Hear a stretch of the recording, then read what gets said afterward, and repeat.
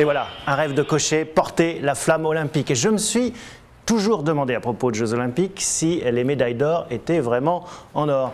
Quelle déception, eh bien non. Ces médailles sont en toc, ou presque. C'est presque des médailles en chocolat. Selon la charte olympique, il faut que ces médailles d'or soient composées à 92% d'argent et seulement 6 grammes d'or pur. Ça veut dire qu'une médaille coûte environ 300 €. Quand on sait qu'un athlète qui va aller à Londres va coûter à la collectivité 34 000 €, eh bien, il faudrait que chaque athlète rapporte une centaine de médailles pour être rentable. Voilà pour les pays qui participent, mais il y a aussi le pays organisateur, bien sûr, la Grande-Bretagne.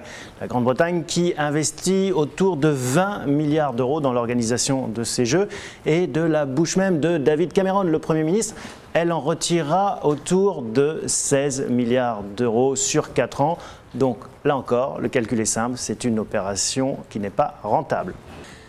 Alors bien sûr, le sport ne se limite pas à sa seule dimension économique, allez-vous me dire, et vous avez 1000 fois raison. Il y a d'autres valeurs en jeu comme le dépassement de soi, l'ouverture sur le reste du monde, l'apprentissage du fair play ou encore le divertissement pour des dizaines de millions d'êtres humains tout autour de cet événement.